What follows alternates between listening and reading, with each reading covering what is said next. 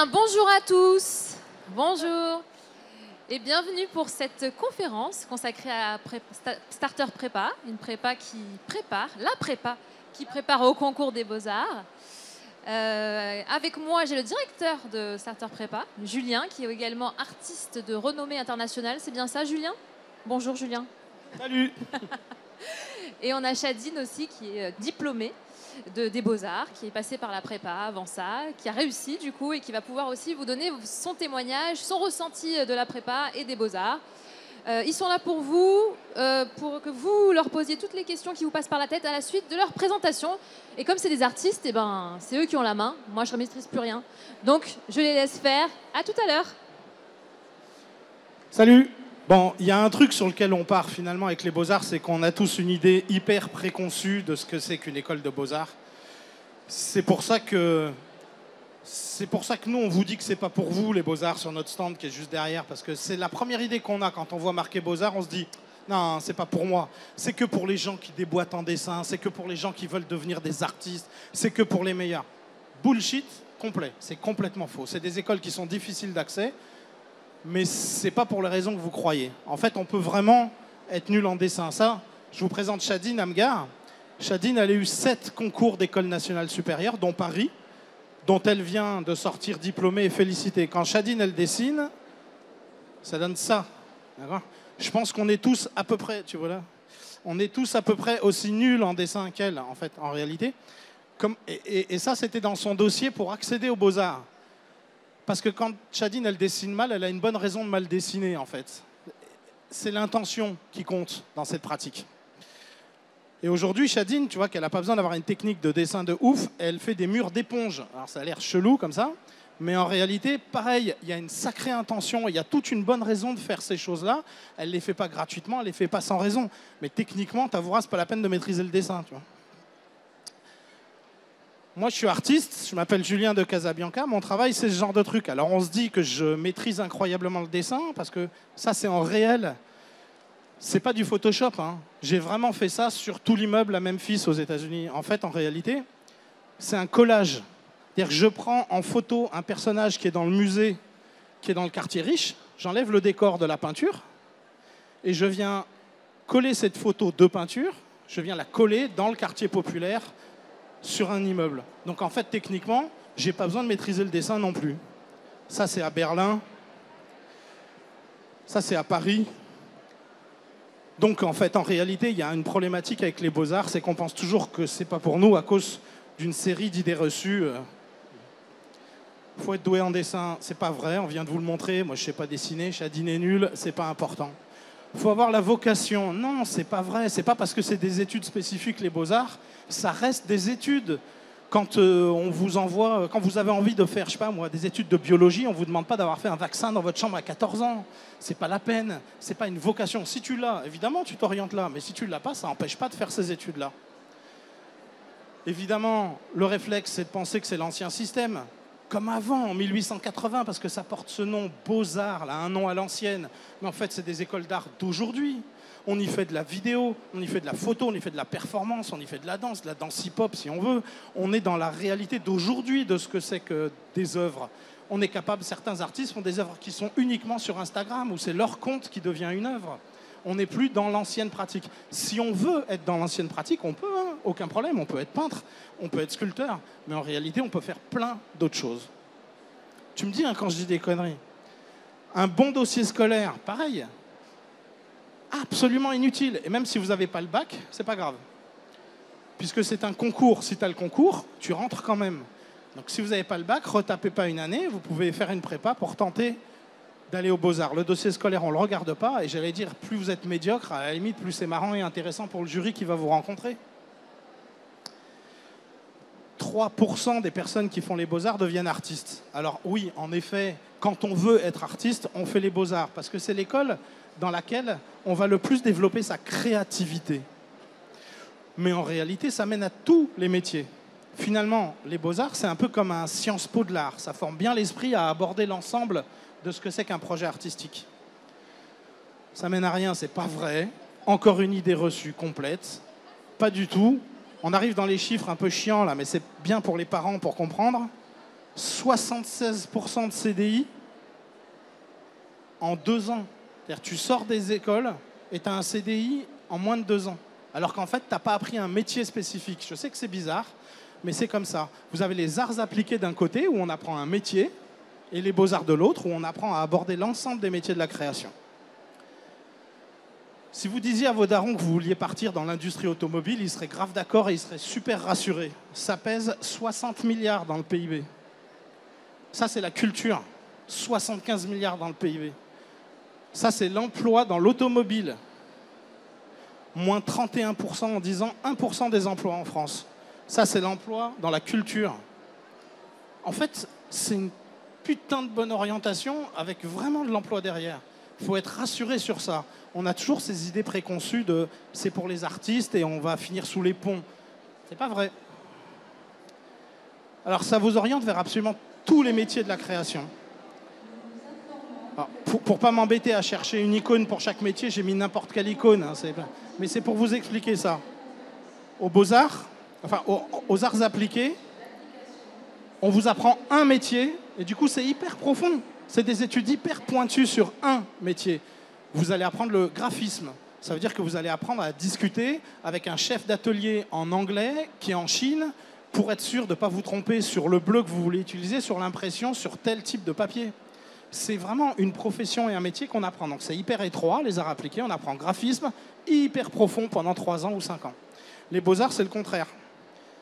On ne peut pas être profond, donc on apprend plein de métiers différents, on approche toutes les techniques, mais on reste hyper large. Évidemment, du coup, on est large et on ne peut pas être profond. C'est juste une autre approche et une autre psychologie, à voir comment vous êtes, vous perso, c'est-à-dire, soit vous êtes dans un délire de vous être mis au piano à 5 ans et d'avoir fait et jamais arrêté le piano jusqu'à aujourd'hui, soit vous êtes dans le délire d'avoir fait de la guitare, du piano, d'avoir arrêté pour essayer la batterie et être passé au poney, auquel cas, les beaux-arts, c'est plus votre profil. Voilà, ça c'est Starter, c'est notre bâtiment à Châtelet-Les-Halles. À gauche, c'est Chadine, là, il y a quelques années. Chadine, elle a fait Starter, du coup, vous pourrez lui poser plein de questions sur ce que c'est que de faire ces études-là, finalement, de faire une année de prépa pour ensuite accéder au concours. Là, ce qu'on vous montre, c'est la spécificité de Starter, qui est une école un peu différente que les autres. Nous, on pense que si on décide de s'orienter dans l'art, en général, c'est qu'on n'aime pas trop ce qui s'est passé avant dans les études pendant les 20 premières années qu'on vient de vivre, quoi. Logiquement, quand même, si tu aimes bien les études, c'est étonnant d'aller en art, quoi. C'est juste que tu n'en peux plus. Donc on a une approche qui est différente, qui n'est pas basée sur un emploi du temps comme tu peux trouver habituellement, qui est beaucoup plus basée sur ton autonomie. Parce que les études de beaux-arts, ça va être ça. Tu vas être vachement autonome, tu vas pouvoir faire ce que tu veux, même si on va te demander d'être présent à certaines heures de cours, à des cours de photo, etc. Si tu n'as pas envie de faire de la photo, tu te contenteras d'apprendre et de découvrir un peu ce que la photo permet, sans plus. Si c'est vraiment ton truc, tu vas pouvoir aller à fond là-dedans. Ça, c'est valable en prépa, mais c'est valable aussi sur les 5 années. Donc nous, on est vraiment basé sur ça, des temps de discussion, c'est hyper important, et de discussion individuelle. Il y a des discussions collectives et des discussions individuelles, parce qu'on cherche à ce qu'il y ait une pédagogie spécifique. C'est pas pareil quand je parle avec toi alors que tu es trop fraîche, super confiante de toi, alors qu'à côté, tu as ta pote qui a zéro confiance et qui arrête ses phrases au milieu en pensant qu'elle dit de la merde à chaque fois. Moi, j'ai besoin de m'adapter vraiment dans la manière d'accompagner. On n'est pas sachant pour vous transmettre un savoir. Nous, on est juste un peu comme des guides de haute montagne. On a déjà marché dans toute cette montagne et dans tout cet environnement et dans les vallées et tout. Mais de la manière de toi, tu veux aborder cette montagne, c'est ton histoire. Si toi, tu as envie de grimper au sommet le plus vite possible, vas-y. Si tu as envie d'aller t'allonger dans l'herbe, vas-y. Juste, si tu veux monter au sommet le plus vite possible et que tu es en tongs, moi, je vais te questionner sur ton équipement. Mais tu fais ce que tu veux.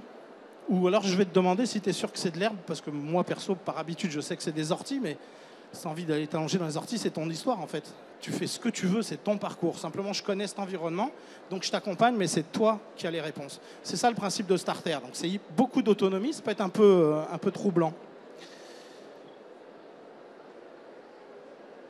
Mais on a des tables aussi, en vrai. Hein. Voilà, ça c'est Starter. Est-ce que vous avez des questions ?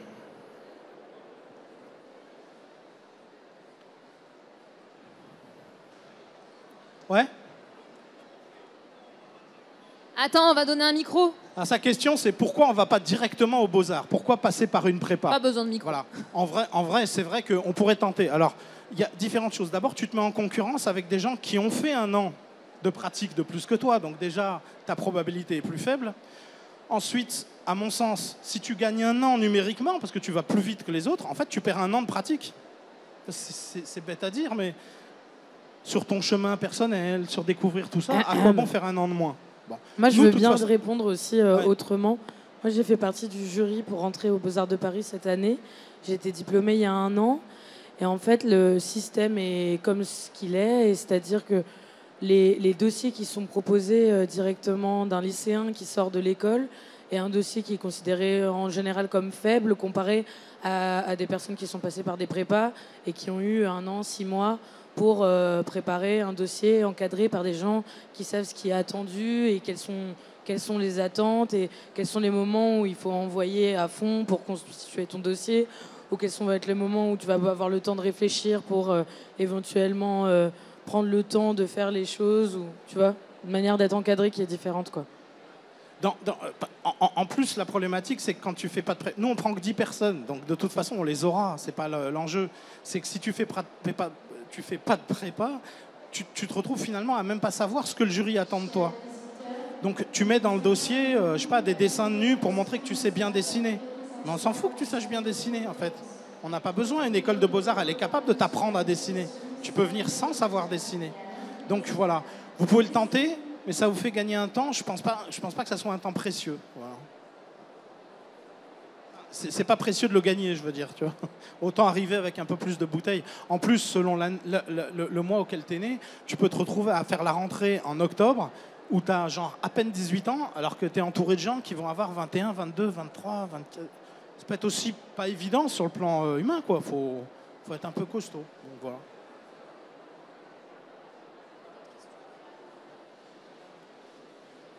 Il y a d'autres questions? Allez-y, ils sont là pour ça. Ouais. Attends, je vais te donner le micro.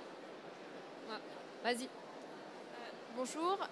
Aux Beaux-Arts, quelle est la proportion entre la théorie et la pratique? C'est-à-dire la théorie d'une technique ou est-ce qu'on fait plus de pratique enfin, voilà. Je réponds.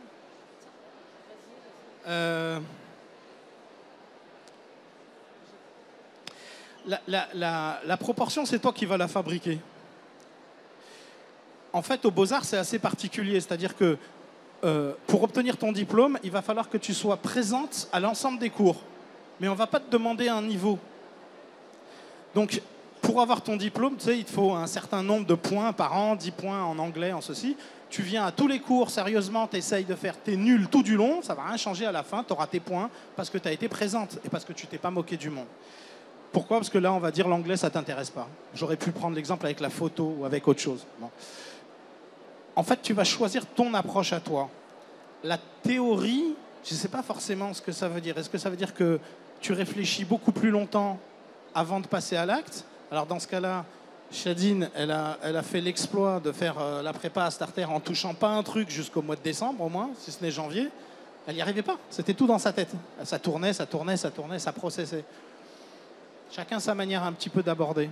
Mais en réalité, des études de beaux-arts, c'est faire. C'est d'abord faire. On fait et après on se questionne sur ce qu'on a fait. Là, je sais pas, regardez, il y a le docu d'Orelsan, de son frère, là, sur juste, qui vient de sortir la 2e saison. L'approche qu'il a dans le travail et les problématiques qu'il rencontre, c'est exactement les mêmes que les Beaux-Arts. Donc c'est hyper intéressant, vraiment. C'est-à-dire qu'à un moment, il s'engueule avec Scred, et Scred, il lui dit, mais en fait, tu as juste à faire, fais, puis après tu regardes, tu vois. Mais c'est pas possible de faire dans sa tête seulement. Donc, on se met en œuvre. Elle est jolie cette expression. On se met en œuvre et après on avance, on progresse, on écarte les choses. La pratique artistique, par rapport à toutes les autres études, voire par rapport à tous les autres métiers, ça a ce truc de très très particulier qui est que l'essentiel de ce que tu produis, tu vas l'abandonner. Je veux dire, moi quand je fais une expo au musée de Memphis, j'ai 26 photos. Mais pour cette série-là, j'en ai fait 2000. Crois-moi, la 26e que j'ai choisie, elle n'est pas top, tu vois, elle est cachée dedans. Mais toutes les autres, c'est vraiment pas bon. Vraiment, vraiment pas. Mais j'ai été obligé de les faire pour trouver mon chemin. Donc ça veut dire j'ai quoi, 95% d'échecs. Mais je serais médecin, j'aurais un taux d'échec comme ça, je serais en prison. Donc c'est vraiment une approche différente du monde, la pratique artistique, celle d'essayer d'avancer et de comprendre pourquoi ça ne fonctionne pas, l'idée qu'on a eue, on avance, on revient, on essaie de voir ce que les autres ont fait, on essaie de trouver des influences. Qu'est-ce que tu en penses? Ouais. C'est quoi le prix de Starter? Le tarif? Tarif de starter, c'est 8700, c'est une base. Nous, on ne demande pas plus ou quoi, c'est 8700. Quand je dis que c'est une base, c'est que si on a en face de nous des familles qui nous disent que c'est trop, nous, on préfère discuter. J'ai pas envie d'avoir que des enfants de médecins. Donc, on discute du prix après, c'est pas l'essentiel. En fait, en réalité, nous, on est artistes. Starter, on l'a créé il y a 10 ans dans nos ateliers d'artistes. On gagne bien notre vie en tant qu'artistes. Et simplement, on a plein de gens qui nous envoyaient leurs neveux, leurs enfants pour les aider à rentrer aux Beaux-Arts. Et on a trouvé ça passionnant, en fait, de réussir à individualiser vraiment le travail et faire que chacun puisse aller dans une proposition qui lui soit complètement personnelle, quoi. Voilà. Donc ça ne peut pas être réservé aux riches, c'est pas possible. Et je sais pas si on peut revenir sur les photos, mais on dit qu'il y a aussi des tables. Effectivement, il y a aussi des tables, mais c'est vrai ce que dit Julien, on est entre 8 et 12 élèves, 15 élèves maximum. Moi, j'aime bien dire que on fonctionne vachement au feeling. J'entends par là que sur les 8 ou 12 élèves, il y a toujours plus d'affinité avec tel ou tel professeur. Et la capacité d'accueil qu'on a et la capacité qu'on bloque aussi à 12 élèves max ou 15 élèves max, elle permet de justement pouvoir avoir un accompagnement personnalisé plus poussé. Et je pense qu'il n'y a pas beaucoup d'endroits. Moi, j'en ai bénéficié et je me suis rendu compte qu'il n'y a pas beaucoup d'endroits où c'est possible que ça se passe comme ça. Et en ça, c'est assez charmé, quoi. Notre taux de réussite au niveau des écoles nationales supérieures de Beaux-Arts, elle est de 100%. C'est-à-dire que tous les élèves qu'on a eus ont eu une école. Après, il y a des vœux, il y a des choix 1, des choix 2, des choix 3. Parfois, tu n'as pas ton choix 1, mais tu as ton choix 2. Nous, en tout cas moi et tout le noyau dur de Starter, on a tendance à bien réfléchir au moment où il faut choisir les écoles, parce qu'il y a des demandes de « Ah putain, celle-là, c'est l'école la plus prestigieuse, c'est celle-là que je veux ». Et puis nous, on y a aussi un encadrement où en fait pendant un an, on a été avec des élèves et on se rend compte et on se dit « Ok, ouais, d'accord, ça c'est l'école la plus prestigieuse, mais est-ce que tu te vois vivre à Brest pendant 1 an, 5 ans ?» Ouais, non, pas trop. Bon, bah peut-être regarde plutôt Nice ou Marseille, parce que à Brest, il fait pas beau. Enfin bon, il y a des manières de s'adapter, quoi. Chadine, tu avais mis ton premier choix. Tu as eu ton premier choix, toi? Ouais, après, moi, si je suis là sur scène pour vous parler, c'est parce que j'ai eu un parcours assez chouette, quoi. Donc, j'ai eu mon premier choix. Mais je faisais partie des cancres, hein, moi, à la base. Hein. Je veux pas faire... la miskina qui pleure, mais je sais pas trop comment je suis arrivée là. Pareil, comme vous, il y a 7 ans, j'étais en train de me balader au salon de l'étudiant par force, parce que ma mère, elle savait pas trop ce que j'allais faire. Et... Chadine, elle avait pas de pratique artistique. Hein. Ouais, voilà. En fait, le seul truc que je faisais beaucoup, je lisais beaucoup et j'allais beaucoup voir des expos. Mais je savais pas que c'était possible de faire de la performance, pas que c'était possible de faire de la sculpture. Mon niveau de dessin, il était éclaté au sol, comme vous avez pu le voir dans les photos précédentes. Le dessin, c'est toujours pas quelque chose que j'aime faire. Mais par contre, je me suis découverte quelque chose, je sais pas, une vocation, on va dire, au niveau de la sculpture et de l'installation. Même plus, c'est ce que je veux en faire. C'est mon métier là maintenant. Et pour répondre à ta question, j'ai eu 7 écoles sur les 7 écoles que j'ai proposées. Mais j'ai galéré au début. Hein. C'était pas très confortable comme situation. C'est après que c'est devenu chouette. Voilà. En fait, tu présentes entre 3, 5, 6, 7 écoles. Et puis après, en général, voilà, t'en as les 3/4 de tes choix, tu les as, quoi. Mais c'est vrai que des fois, l'école, comme elle disait, avec le prestige, des fois on se gourre. Tu vois, Paris, ça a un prestige formidable, mais c'est la ville de Paris qui a un prestige formidable. En vrai, l'école n'est pas forcément meilleure que celle de Nice. Surtout, elle est peut-être moins adaptée à toi par rapport à tes approches ou à ce que nous, on va te raconter, ou ce que les anciens élèves qui sont dans les écoles vont pouvoir te raconter puisqu'ils viennent et qui sont intervenants. Une particularité aussi que vous aurez peut-être compris, parce que du coup, Chadine, elle est à cheval sur un truc, c'est que c'est à la fois une ancienne élève et une enseignante. Parce qu'à Starter, les enseignants sont des personnes qui viennent de vivre ce que vous devez vivre, qui ont vécu les concours, qui ont vécu d'être en prépa, qui sont dans les écoles que vous voulez intégrer, et non pas des vieux comme moi qui n'ont même pas fait les beaux-arts d'ailleurs. Moi je suis là, j'encadre et j'accompagne. Mais l'expérience des élèves, comme Caroline qui est sur le stand, qui est juste derrière, comme Maëlys ou Chadine, c'est d'avoir fait Starter, d'être aux Beaux-Arts, Ouais. et même d'être dans les concours, comme ça a été le cas pour Chadine. Elle était dans le jury d'entrée du concours aux Beaux-Arts de Paris cette année. Donc elle sait exactement quelles sont les attentes. C'est d'être vraiment connecté avec ça qui est important. Et moi, j'ajouterais à ça, parce que tout à l'heure, je parlais de tuteurs et de classes à taille humaine pour de vrai. Quand je dis à taille humaine, c'est 12 élèves ou 15 élèves max, pas 300 ou 400. Et en fait, il y a de nos différences d'âge, mais aussi de nos différences de parcours, d'où on en est. C'est hyper important, en fait, finalement, qu'on ne soit pas au même... en fait, on ne va pas voir les mêmes expos, on ne regarde pas les expos de la même manière. Julien, il va aller... voir des expos, il va les faire en courant, et moi je vais grave prendre mon temps, être là en mode ouais, ça c'est trop bien, j'adore, et vice versa sur une autre expo, on n'a pas du tout les mêmes goûts. Ça nous arrive très bien, ça nous arrive assez souvent de pas dire les mêmes choses aux élèves, parce qu'en fait dissonance, on appelle ça, c'est important la dissonance. On est en constante dissonance, j'allais dire ce mot.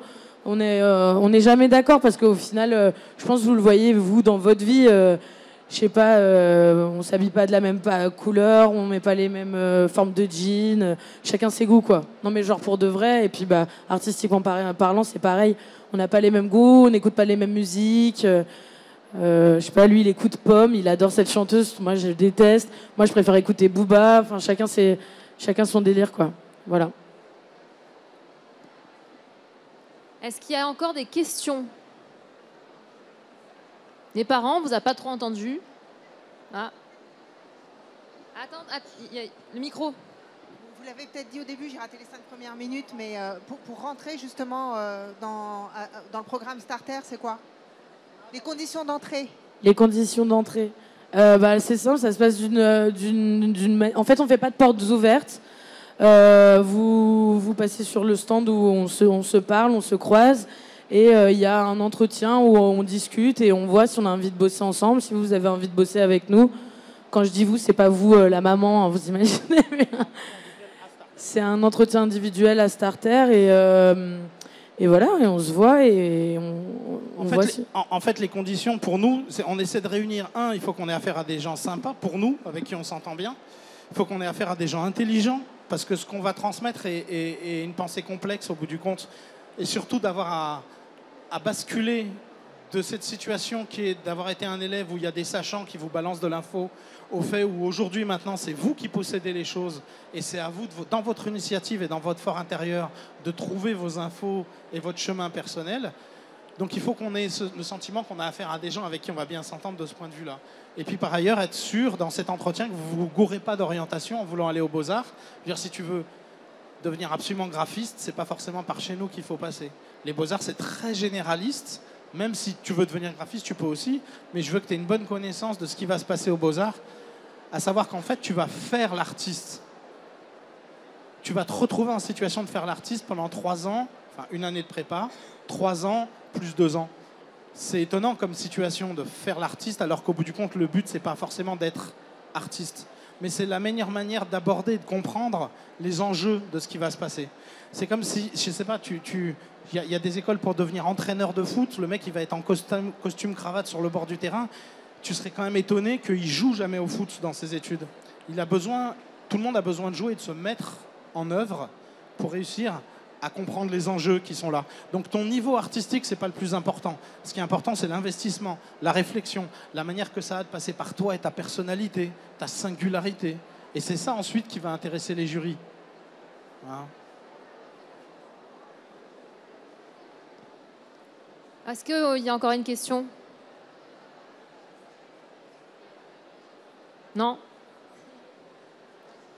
Bon, on va refermer cette conférence. Si vous avez des questions perso, je pense que Julien et Chadine sont là pour y répondre. Vous pouvez ils sont juste derrière, exactement. Vous pouvez les interpeller. Merci beaucoup d'avoir été avec nous. Merci d'avoir été si attentifs. Et voilà, on espère que ça vous a orienté pour la suite. Merci, à bientôt.